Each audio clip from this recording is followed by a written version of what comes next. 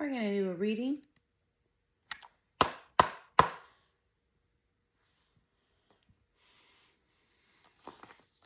with the White Moonstone and the Dreamy House Fortune.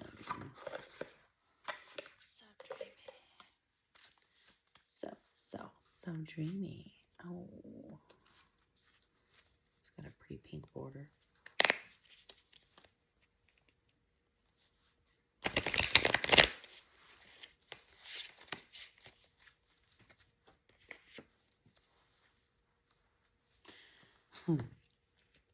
Keep it for the thrill of it.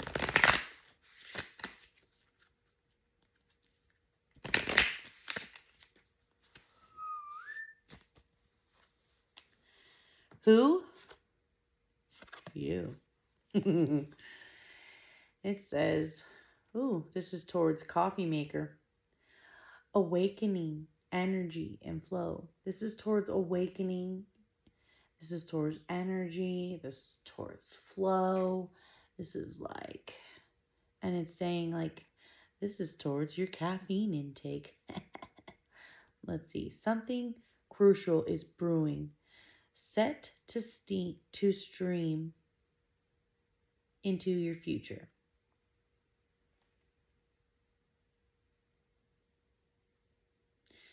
Something's coming in like a tsunami. Something's coming in super fast, like the Roadrunner. All right.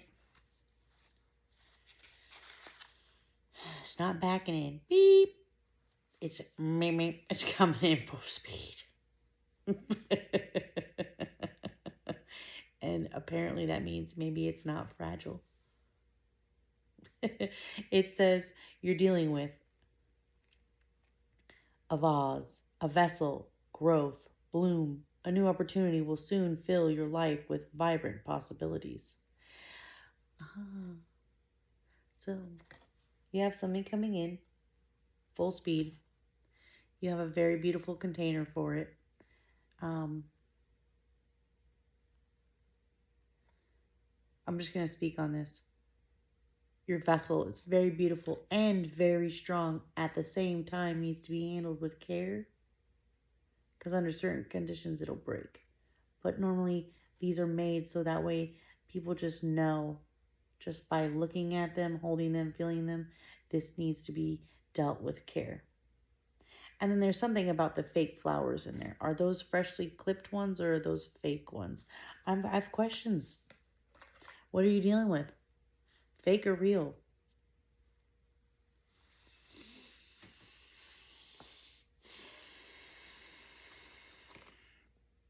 And the cat didn't have my tongue. There was a hair on my tongue. I don't know. Are people speaking false words? And then it says, so this is towards roller skates, like rolling away, move away in style. I don't know. Sealed happiness, release, unlock sealed happiness, and release the constraints of adulthood.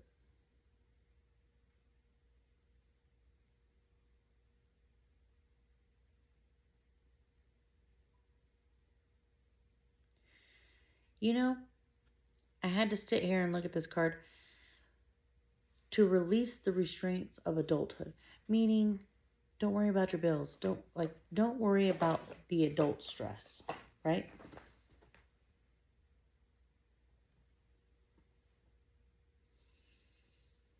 How I'm seeing this is maybe how you do it. Maybe I'm seeing the solution. Because what I'm seeing is these are big people skates. This is, you're going to do something you used to like to do and were taught to like to do as a child. And now you're going to try it out as an adult. And let me tell you, I'm gonna use a personal experience because this is calling it. Today, whatever, I don't know. Details don't matter. Conversation went like this. I am excited to ride a bike because I was taught that's a healthy thing to do. And I really asked why, and got to the root cause of it. Some people do like ancient breathing singing and they breathe right next to each other. when my son was a little baby, I breathed in his breath. They say a cat will be over somebody and breathe, take their soul, not like that, but just.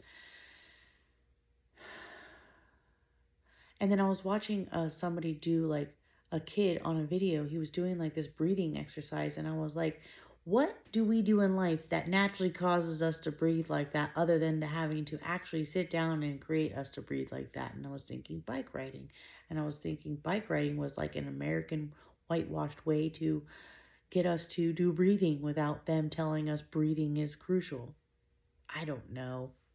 Because maybe back then they had to get us all started and gung ho and believing and actually feeling until they could wipe away the feeling because we just believe, right? Um, so sometimes we want to do things from our past to heal something. But I kind of took it a little further and asked, well, why? Well, why? Well, why?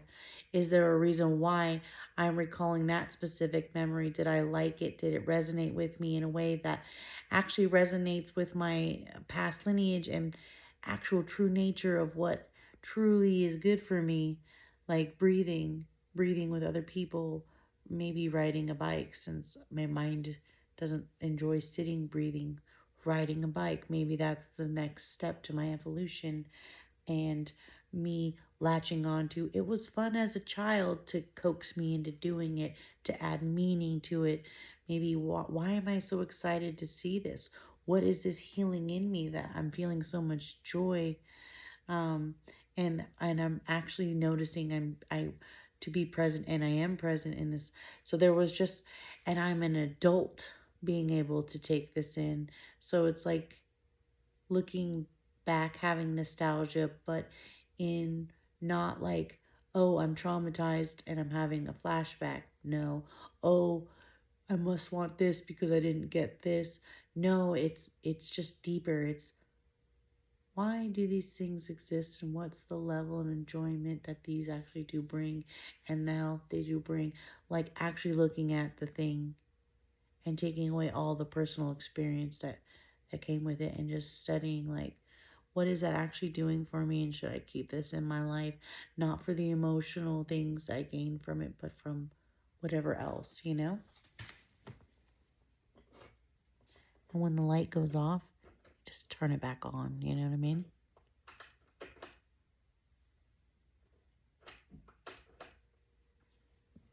Because you're an adult, you know how to figure that out. Oh, that thing times out.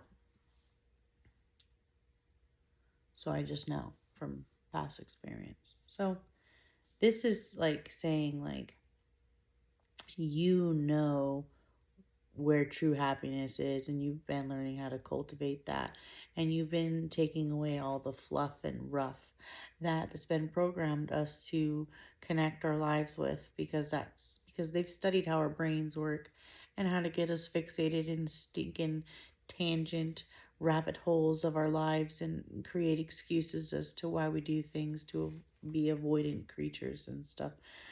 But this is like a healthy, like, I'm gonna roll with this and find the deeper meaning as an adult now, because, like, I don't know. Anyways.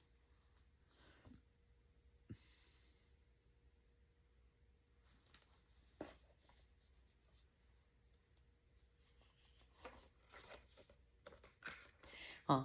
And cut. That was the cute. Cut that. Okay. So that's what you're going towards. And so emotion. Oh, wait, no. So that's like what's happening. What's happening, what will happen, what needs to happen, the happening. Okay. And emotionally, this is affecting you. Like, so there's this compass, right? Like, where your life, you think it should be going, your inner compass, right? Based off of how you've programmed yourself, or how you've allowed programming to program you, as we all are coming to find. How our emotions dictate things. Exploration, opportunity, how the moon dictates things, and if we run with it, then we get caught up in the moon's energy. which is non-logical, and when we want to be balanced. That's why we have day and night. We get a full day of logic and a full night of emotion. Um, I have no idea. I've never said that before, but that's something new that just came into my consciousness, and apparently we shared it together. So, I'm going to dig deeper on that with you really fast because I've always questioned, why is it allowed for people to work graveyard if it's so important to sleep at night? And what's the difference? And if somebody is exposed to the moonlight while they're awake and the sunlight while they're asleep, what's the difference? I'm sure there's studies on these things, but because a long time ago, my brain tried to wrap around how to, when you say no, change it to a yes, like a light switch, and like what balance is. And like if you're in balance, but you have a large spectrum, like a ball on a long string, if you're spinning that, it's spinning way out there, right? But if you have a small ball on a string, or a ball on a short string and you're spinning it, it's small, versus like a long stick balancing in the middle versus like a short stick balancing in the middle. Did you see how this one was like, I don't know, just it's different. A different type of balance, different aspects of life. My brain one day just was like, there's dimensions to words, feelings, aspects, traits, just like there, it just was like there's more to it than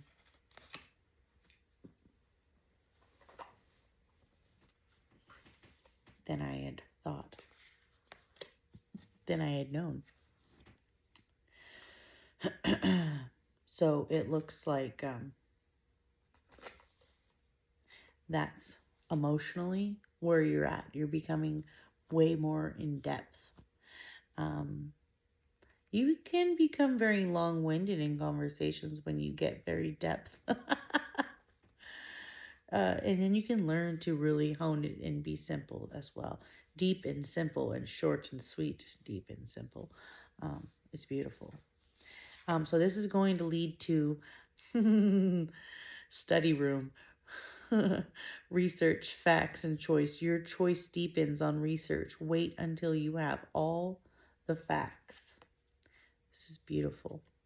I don't know this hogwash about wait till you have all the facts.